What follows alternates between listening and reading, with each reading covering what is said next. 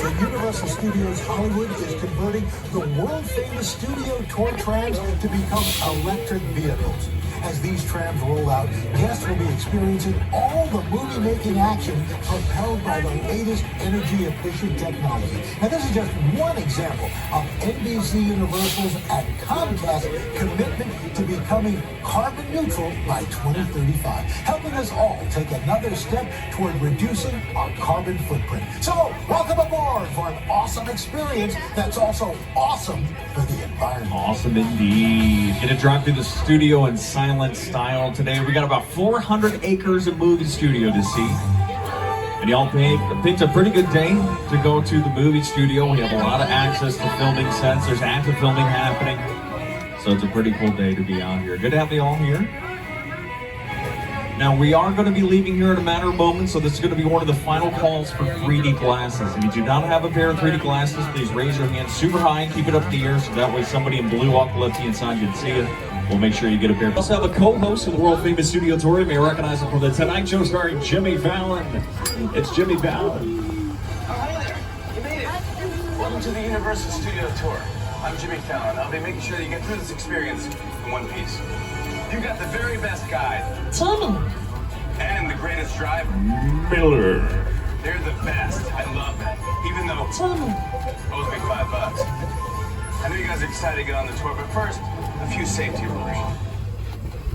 That's right, Jim. We do have a few safety rules. First and foremost, if you're in need of assistance of any kind, whether it's a medical emergency or if you drop something of value off the side of the vehicle, or if you're having any video or audio issues, you want to let me know by reaching up and grabbing that red cord that runs down the center of the ceiling of your car. That is the emergency cord. If you pull on that thing, we will stop and I'll be back to help you as soon as it is safe for me to do so. Otherwise, for the remainder of our tour today, please remain seated at all times and keep your arms and legs inside the vehicle. As a reminder, there's absolutely no smoking whatsoever of any kind on the train. If you want to have your cameras ready, like I mentioned, but please be aware there will be sudden train movements, loud sounds, and fire and water effects upon our vehicle today. Well, not on the vehicle, but around us. And also for your safety and the safety of those around you, please do not use selfie sticks while on board today, or in life in general. All right. Welcome to the studio tour. Out of curiosity, who's never been here before? This is their first time ever. We got a first timer here. There, a whole bunch. Awesome. Who's been here before, but it's been a long time since you've been here? Welcome back. Very cool. And who does this all the time? Yeah, I know. We figured we have some regulars here. Whether it's your first time or 100th time, we're gonna have some fun here today. We're gonna be making our way down this hill to the movie studio. As we do so, we're gonna see a few things. One, roller coaster. We're building Fast and Furious Hollywood Drift to our left. We have the lower lot, Supernet's Underworld to the right. But you also have these movie posters on the side of the road here.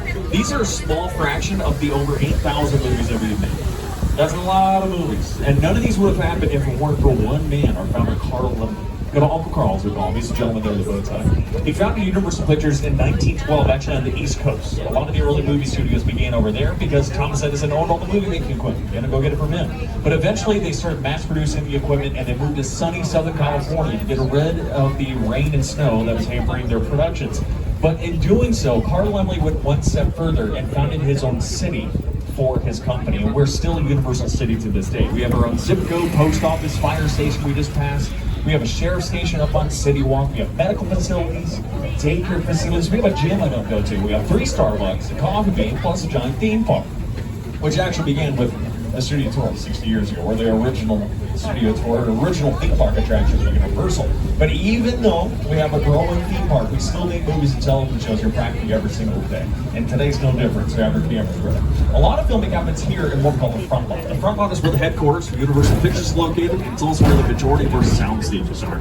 Sound stages are just giant, almost soundproof buildings. Over to the left-hand side is the largest and oldest sound stage on the property, Sound Stage 12, undergoing a bit of a renovation right now. It's about 100 years old and 30,000 square feet. Massive sound stage. Some pretty big movie sets have been built in there. Things like Frankenstein's Lab, the Visitor Center in Jurassic Park, the town Whoville, and How the Grinch Stole Christmas as well. Now the rest of our sound stages here in the front lot are about 1/3 of the size, but boy are they busy. A lot of television being made right now. We're experiencing one of the largest expansions of television ever because we have network television, cable television, plus everyone's got a streaming service, right? And we gotta fill in all those television shows. We even have our own streaming service called Peacock. We've been filming a Peacock original show over to the left-hand side called Ted with Seth MacFarlane and Max Burkholder. Little teddy bear. Yeah, they've been utilizing some of these. They're working on season 2. We also produce and film a show here for someone else's streaming service called Max. Yeah, Warner Brothers, HBO Max. There's a show on that is actually the top comedy anywhere that we make here at Universal. It's called Hacks with Jean Smart. They just won a Golden Globe for Best Original Comedy, and Jean Smart won Best Actress in a comedy. They've been utilizing some of these sound stages over to our left, and they're also filming in the background. That's the people that are going to be making me come off the microphone a little bit later on. So definitely have our cameras ready. It's been a very, very cool experience driving right in the middle of their set here. Now, here's the thing. You film inside the sound stage, but it's not just the actors you need, right? Consider for every one actor in front of the camera, there's another dozen people behind the camera, another 100 people just off the set. You're seeing just one show. This is all the people involved over here to the left-hand side. You're seeing some of the wardrobe trailers to our left-hand side for Hanks, and on the other side of these trailers, I don't know what they're cooking, but it smells so good. We also have the, what's the word I'm looking for? The dressing room trailers. Yeah, the ones with the green over there. That's because actors don't stay in one studio for very long, right? Jean Smart, she's not going to film just at Universal. She might be working on a different project. Her dressing room is going to follow her, so it has to be very mobile. Unlike stars of yesteryear who would sign a contract with Universal and only make movies here for 6 to 7 years at a time. I'll show you what their dressing rooms look like back in the days. But as we pull forward, we're going to be going by even more sound stages up here to the right-hand side. Now, this area is where we have made television for decades. I'm talking classics like Murder, She Wrote, Dragnet, even a little bit more recent classics like Coach or Craig T. Nelson, or one of my personal favorites, Sabrina the Teenage Witch with Melissa Joan Hart. They also filmed over here. Now, currently we're working on a few other Universal productions here. We have the Peacock original show Bel Air with Jabari Banks, Helen Shelton. It's like a modernized take of The Fresh Prince. They got 3 full seasons right now, coming back for a 4th and final very quick. A show called Loot films over here. Another show called Based on a True Story with Kayla Cuoco and Chris Messina filmed here. We also did a Netflix show we're passing by right now.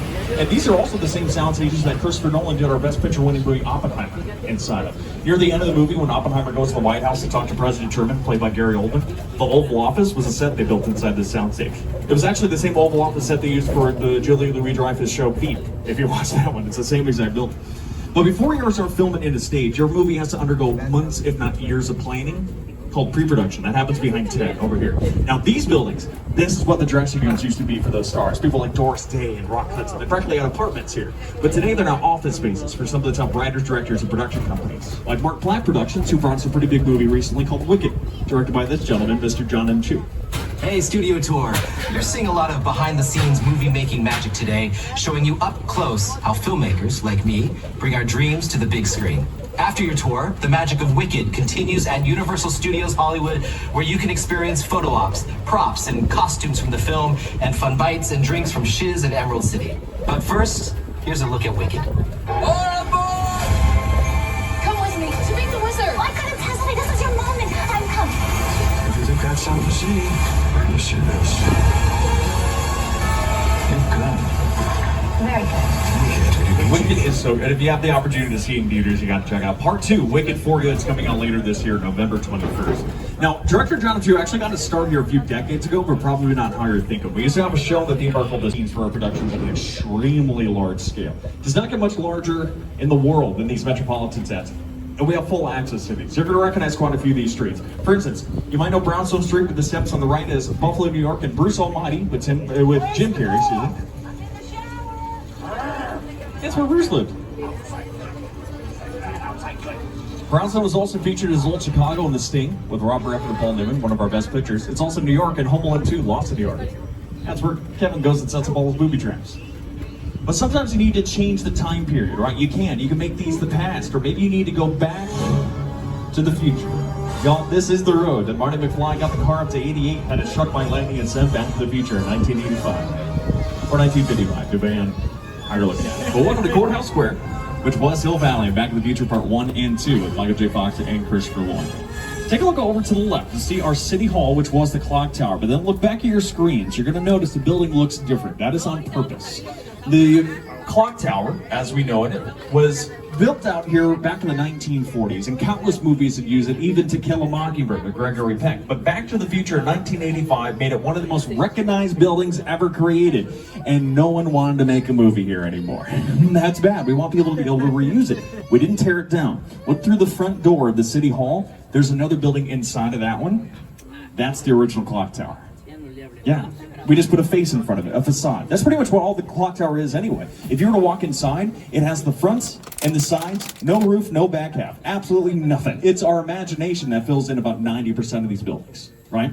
Now, I want you to go back and watch some of these movies, whether it's To Kill a Mockingbird or Back to the Future, and I want you to try to recognize the movie sets as they pop up, right? Right now, the way we see it, it's set up as Boston for Ted. The high school in Ted is actually the clock tower, Back to the Future. I love watching Back to the Future and knowing that Hill Valley, California is right there, and then across the street is New York, or Chicago, or Los Angeles, whatever big city you want it to be. This New York street can be that. It's just a lot easier to come out here and pretend you're in the big city than actually film there. Just ask Jimmy Fallon how difficult it is. He does the Tonight Show in the real New York City. Hey everyone, welcome to New York. I got my start right here in New York on Saturday Night Live. This is actually my old neighborhood. What's that mugged over there? An old woman, tough lady. He's my favorite hot dog guy. Hey buddy, how's it going? Remember me? No. Just like old times. Gotta love New York City. Hey, I'm walking here. Hey, it's cool, guys. I was just walking there. So it's not exactly New York, but a lot of times when you see New York in the movies, it was shot right here on the Universal Metro sets. If you can make it here, you can make it anywhere. Even if you make it here on the Universal line. And y'all, countless movies and television shows have been made out of here. Classics like Dirty Harry share the same exact streets as action movies like Transformers, Captain America: The First Avenger. The street and the theater on the left-hand side here, this is Broadway and Spider-Man 2 for Sam Raimi. This is where MJ had her Broadway debut. You can even see an American Ninja War on NBC, the reality show. I'll tell you why all those things can film here in just a minute. I saw that movie on TV when I was about 8 or 9 years old. I like films that just take you away from your life and sweep you up the edge. Kong literally does that. I mean, you're on board the ship, you're sailing to a lost island, you're encountering monsters and creatures from, prehistoric times. So I was thrilled when Universal invited me back to Skyline, and it's great to have you along for the ride.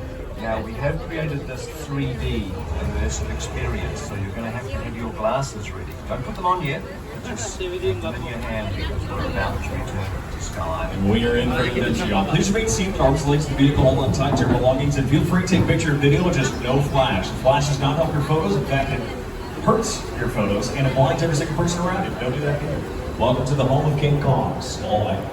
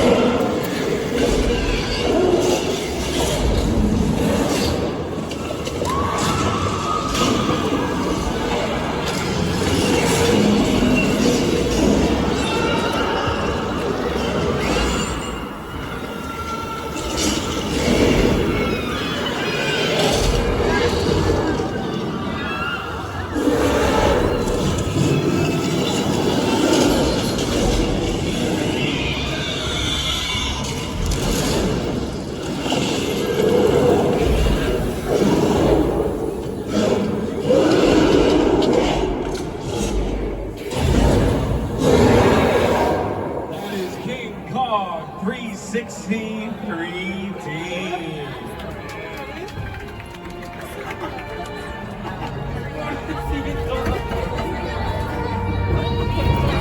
One of the largest and most intense 3D experiences on the planet. Is that cool or is that cool? That's pretty cool. All right, y'all. You can go ahead and take off your 3D glasses. Just please don't lose them. They're very expensive. I'm joking. You're going to need them again, though, so please still don't lose them. That epic battle was produced by director Peter Jackson. But we've seen that film down here that took place in New York City, but in the 1940s. There's one specific building that does not belong in that decade. You're going to see it as we pull forward the first road that is branching off to the left-hand side. You're going to see a giant modern blue glass building.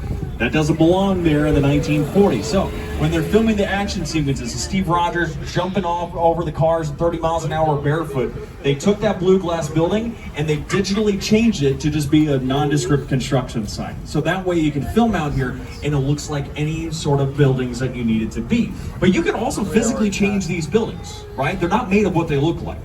The brick and stone out here is made of plastic and fiberglass. So if you want to peel off the brick, put up something else, you can. That's one of the reasons why filmmakers choose to film out here, because that also means you can destroy it, right? Michael Bay wants to blow stuff up, he can blow up our streets. Can't do that in downtown LA, but you can do it right here. But it also makes it a little bit easier if you have a controlled environment like this, and then you can add in all those different things that those visual effects artists can do. But it takes so many people to come together to make it happen. The next time you go to the theater, I want you to stick around, especially for a big blockbuster movie. You're gonna see this piece of art that we're passing by. This giant mural was all done by one man, artist Tristan Eaton. Thou shalt rise again. Tristan Eaton is a Los Angeles native who has now worked all over the world and has a permit showing in the Museum of Modern Art. He did our monster mural all himself with nothing but spray paints. He was out here for approximately 6 weeks, rain or shine, doing it every single day. The reason why we have that commission is not only because it's a great piece of art, it's because everything we see in the studio only exists because of the success of those monster movies, especially the earliest ones that came out during the Great Depression, like Dracula and Frankenstein. During the Great Depression, a lot of movie studios did not survive. But the ones that did, a lot of them had to make major sacrifices. They had to consolidate with other studios, or they had to sell their backlot. They had to sell land because it's the only thing that was worth money at the time. We didn't have to sell any land, allowing us to retain our pretty historic movie sets. For instance, we have some of the oldest ones here to the right-hand side with our old Western sets. As you can see, we'll be driving down those a little bit later on. But we're also still expanding. We have enough land to do so. We're building brand new sound stages you see over there to the left-hand side. Now, I say brand new, they're about 4 years old at this point, but they are extremely busy. They're constantly being used. That is where we film The Voice. The Voice is a hit vocal competition show on NBC. They finished their last season like a month ago. They're already working on the next season. And one of the coaches of The Voice, Reba McEntire, does her sitcom over there as well called Happy's Place. It's on NBC. There's 8 more sound stages. We built even more recently further up the road. That's where they filmed a brand new show called Suits Los Angeles. If you watch the original Suits, we're doing a spin-off that films over here as well. But rather than go up to those other sound stages, Miller's going to take us through what I consider to be the most historic movie sets here at Universal, probably the industry. This is called Little Europe. Now, Little Europe is quite old. It dates back to the silent film era. One of the biggest silent movies ever made, The Hunchback of Notre Dame, with Lon Chaney Sr. was made here over 100 years ago. So it kind of puts you in perspective how much these have been used over the century.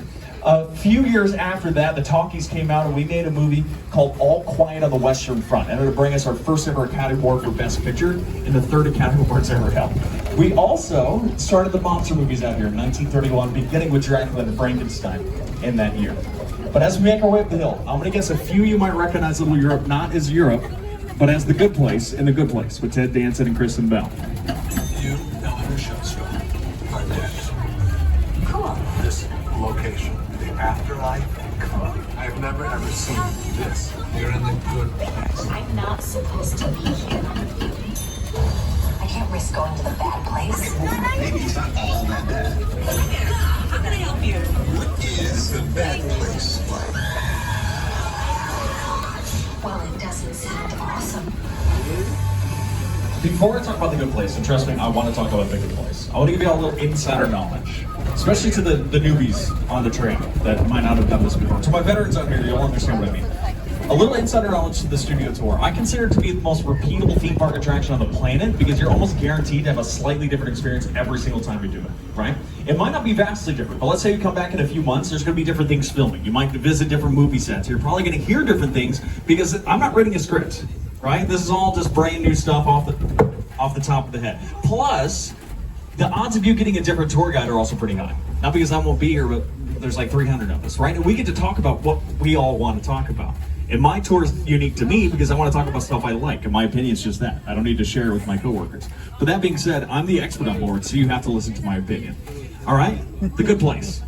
It's the greatest show ever made. It's so good. It's so good. Any fans of The Good Place on board? Got a few here, kind of scattered throughout. All right, it's still on Netflix. I want you to go home, watch The Good Place. Watch the first episode. It's kind of a show you want to watch in order. If you watch the first episode, you're going to see Little Europe in like 10 minutes. It's so cool to be able to see a location on our studio tour up on screen. But then you're going to continue to watch it, and you're going to love it because it's hilarious, it's smart, it's funny, you're going to laugh, you're going to cry, you're going to binge watch all 4 seasons. It also is considered to have one of the best endings of a television show ever because it wasn't canceled, it was finished. It's created by Michael Schur. Michael Schur also created Parks and Rec, Brooklyn Nine-Nine. He was a writer-producer of The Office. He also came back with Ted Danson and a lot of folks that he worked with at The Good Place and made another Netflix show called A Man on the Inside. It literally feels like they just missed everyone from The Good Place and decided to make another show. They even filmed inside the same sound stages. So honestly, if you haven't seen either, start with The Good Place and watch A Man on the Inside. But y'all, as we move forward, this is just a reminder, if you do need my assistance, remember the red emergency cord is hanging above your head. Give that thing a pull, I'll be back to help you. Otherwise, remain seated. Arms and legs aside of the vehicle. Now, I'm going to be a little bit quieter in this area because they are filming at the top of the hill here, but it's a beautiful day. The sun is shining. It's a perfect time to head to the beach, so welcome to Amity Island. Now, Amity is technically closed right now because we found a shark yesterday. But they call it a shark. Everything's fine. I'm taking it right there in the road. And even though it's closed, we're going to pull in here because I know the guy in charge is my buddy George. George is the police officer of Amity. He's going to open up the beach for us. I just know it. We're going to talk. Never mind. We're staying in the train. Stacey in the train. Don't go in the train. Where's George? Oh, he's in the water. I can't yell because they're filming. Oh, George? George?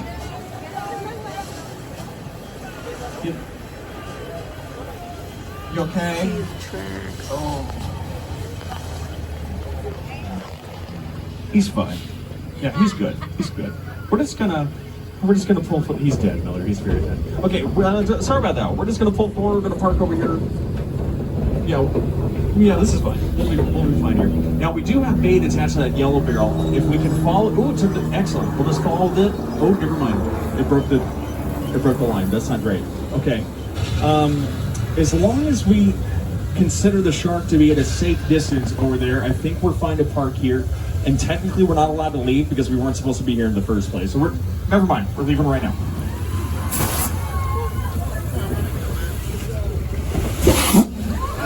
We're gonna need a bigger train.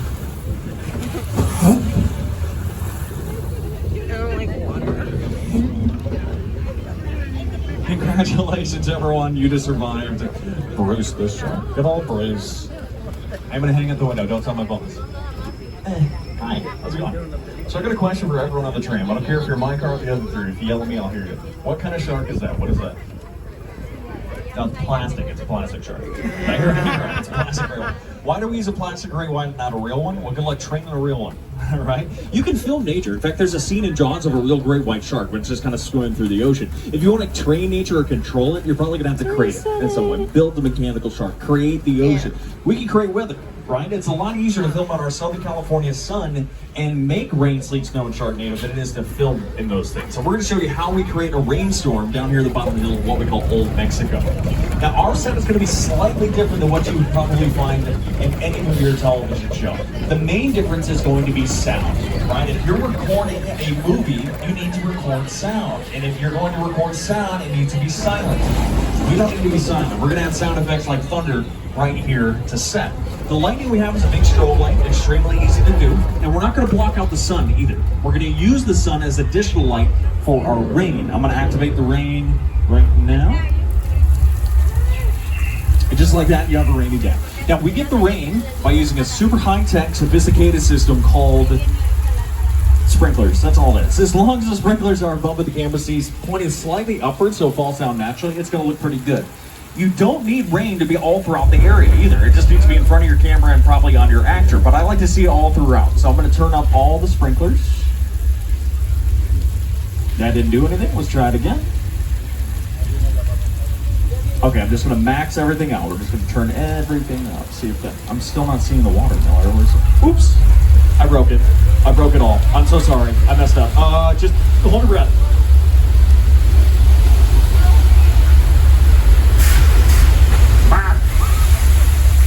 Don't worry, y'all. Not a flood. About 10,000 gallons of water being released from giant tanks at the top of the hill.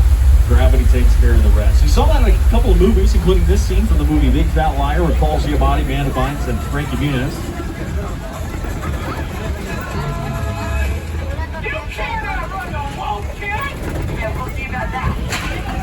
You can also see the flood in a couple of music videos. Songs like Vamos by Ricky Iglesias and Judas by Lady Gaga, all featured in the flood. This area of Old Mexico was Mexico and Nacho Libre, starring Jack Black. It's also the pirate city of Tortuga. Disney's Pirates of the Caribbean, Curse of Black Pearl. A great example of how other studios will film their movies here using the same exact set, but they change it so much that, well, you don't recognize it from film to film. This area has actually been seen in more movies than any other set on Earth. I'm talking thousands of movies that have been made here in what we call 6 points. These are those old Western sets that we passed by a little bit earlier. And during the silent film era, when these were built, we would make a movie on every single road at the same time, making hundreds and hundreds of movies out here a year because, well, we could.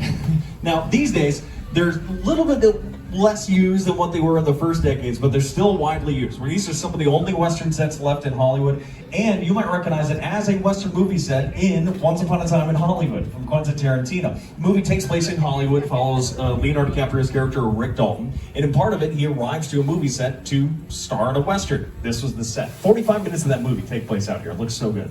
I encourage you to watch it. Just remember, it's Quentin Tarantino. It's extremely rated R. Much more family-friendly movie that filmed out here, though, is called Saving Mr. Banks with Colin Farrell and Tom Hanks. It's the Making Mary Poppins that Disney made. In part of the movie, they go to the flashbacks in the author's life where she is in turn of the century Australia. This is the town that she lived in with her father, Colin Farrell.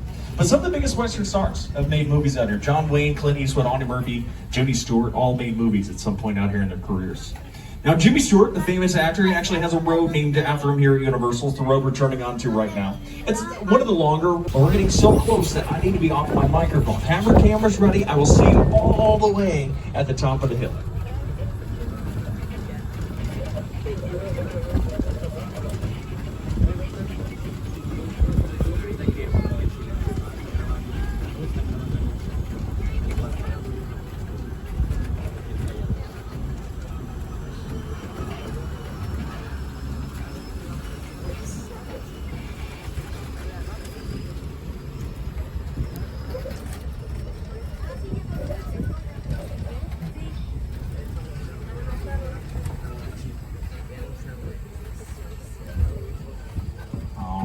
Thank you so much for your patience as we round this corner. Take a look on either side. We got so many picture cars on either side of the tram. Picture cars, any vehicle you see in a movie or television show. Some of the newer ones from How the Grinch Stole Christmas were just added out here after being in storage for the longest time. You also have Transformers, a whole bunch from Back to the Future. Absolutely amazing. But there's another car around the corner here. This one's a little scary. It belongs to a lady named Marion.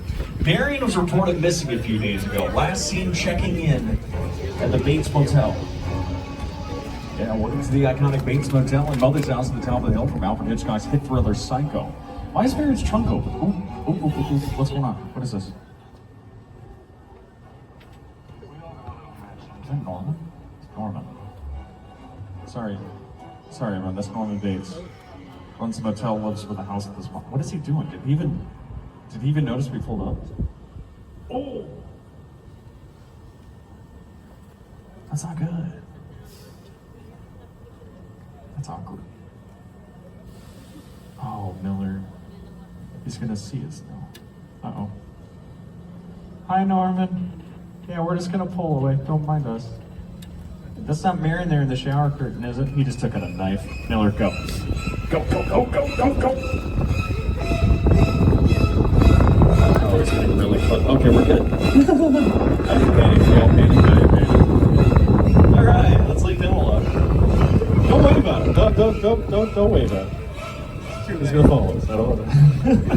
If you want to wave at anybody, wave at Mother. She's usually upstairs in her second-story bedroom window. Give her a wave, a smile, some moisturizer. Sure. Now, the Psycho House is considered to be one of the more iconic movie sets ever constructed, but located in its backyard just so happens to be one of the largest movie sets ever constructed. This is the massive 747 crash site from Steven Spielberg's War of the Worlds, a Paramount picture starring Tom Cruise, Dakota Fanning, and Justin Chatwin. That's a real 747, and it was completely destroyed specifically here just for this movie. Here to tell us a little bit more about the concept behind it is Steven Spielberg and the movie's production designer, Rick Carter.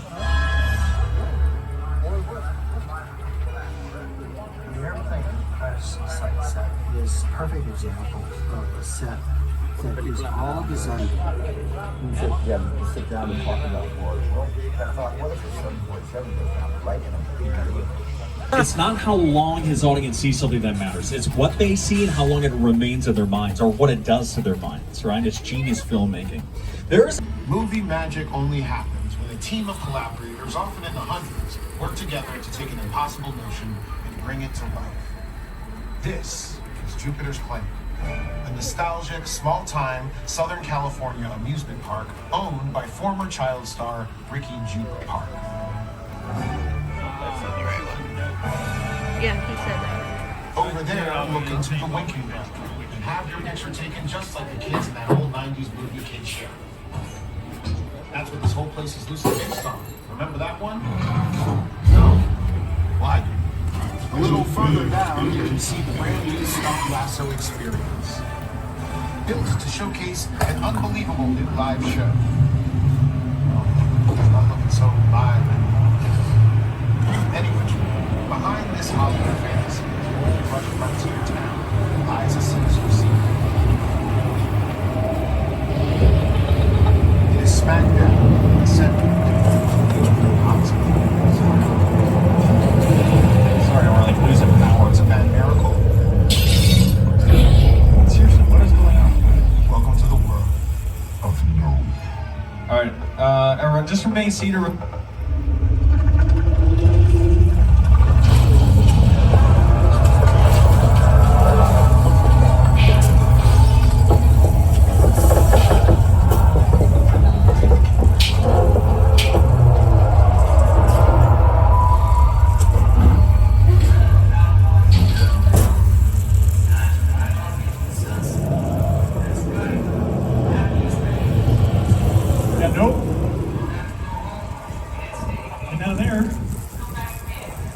If you haven't seen Nope, you gotta watch it. Watch all three Jordan Peele's movies. Like I said, Get Out, Us, and Nope. Each is originally unique. We're family. Oh yeah, I hear you. Can I put you on screen so everyone can see you? Yeah. Awesome. All right, go ahead. My name is Roman Pierce. Nice to meet you. Buddy Hobbs asked us to stash you Sean for a while. Arch you in our secret spot. Alright, look guys, we're gonna keep Shaw from finding you. We're to keep you safe. We need your help. We don't want the syndicate tracking us here. So put away your cameras and turn off your cell phones. One flash or one ringtone can give us away. I need y'all to take this real serious. Okay, pull into the next bay. Alright, well, you heard him. We gotta take this real serious. And like she said, there came the flash of cell phone ringtones and anything this bad guy can use to track us down in here. You know, it does sound like they're having a party, so we're gonna join them, alright? I want you to blend in with the crowd. Guys, okay, just try your best. Try your best.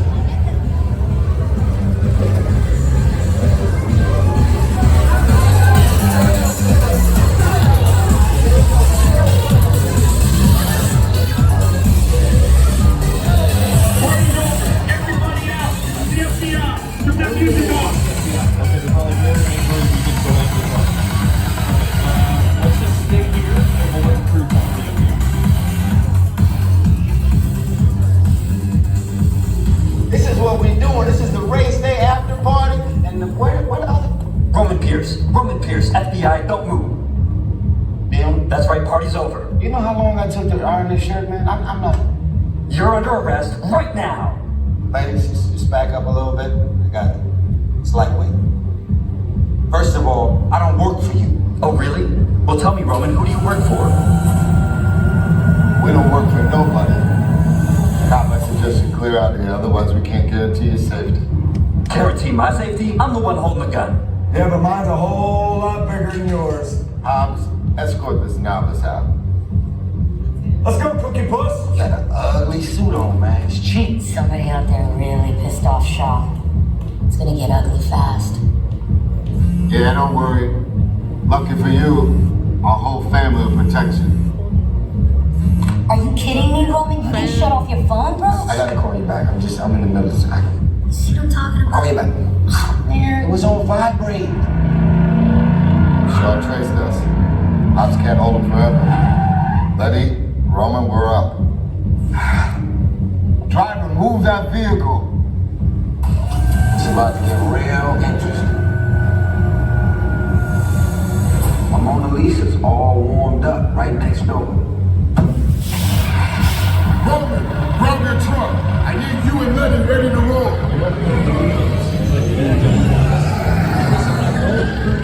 But I want you to be extra safe. We're putting on 3D glasses. All right, we're going to use those as a nationwide eye protection because I don't think we're going to be hiding much longer. The bad guy finds us, we'll put the pedal in the metal and get me out of here. So remain seated, hold on tight, and have those 3D glasses on.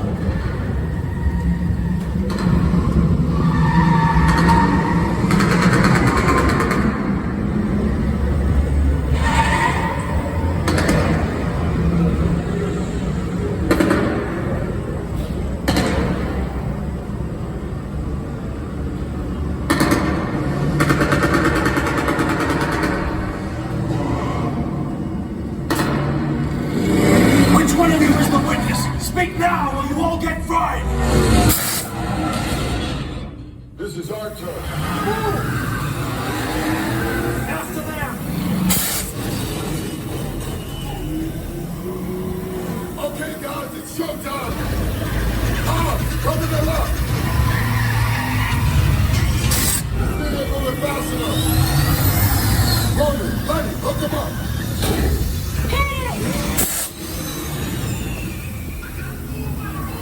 Now we're moving. God, look out! You can be the witness to it or we call it a day.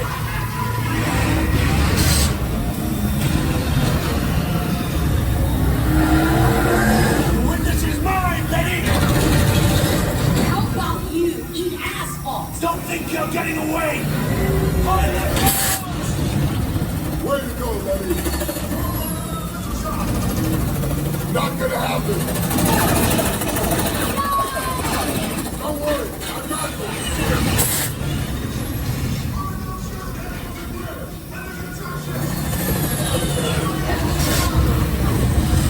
Hit the nitrous. Ride and die.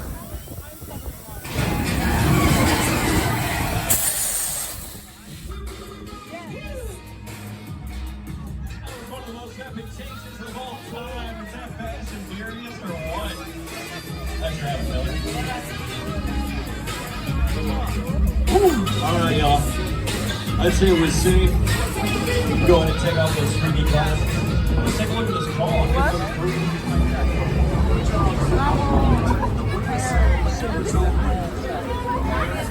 I don't like that I got my hair wet. It's not bad. I just don't like being wet. Share it all with you. To our annual pass holders on board, thank you again for coming out to the studio tours. It's nice to see some familiar faces here in the train. If you want to become an annual pass holder, it's very simple. Take your ticket up to the Universal box office, that big tall tower next to Starbucks. I'll show you how you can extend your ticket into an annual pass so you can come back again and again.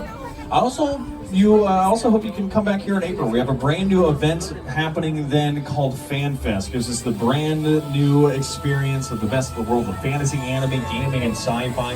If you want more information on Fan Fest, be sure to go to our website, universalstudioshollywood.com, or download the Universal app. I encourage you to download our app because it's going to help you out a lot today in the theme park. Confirms that we are open until 6. Gives you all the wait times for the rides and attractions updated minute by minute. Also has mobile food around that as well.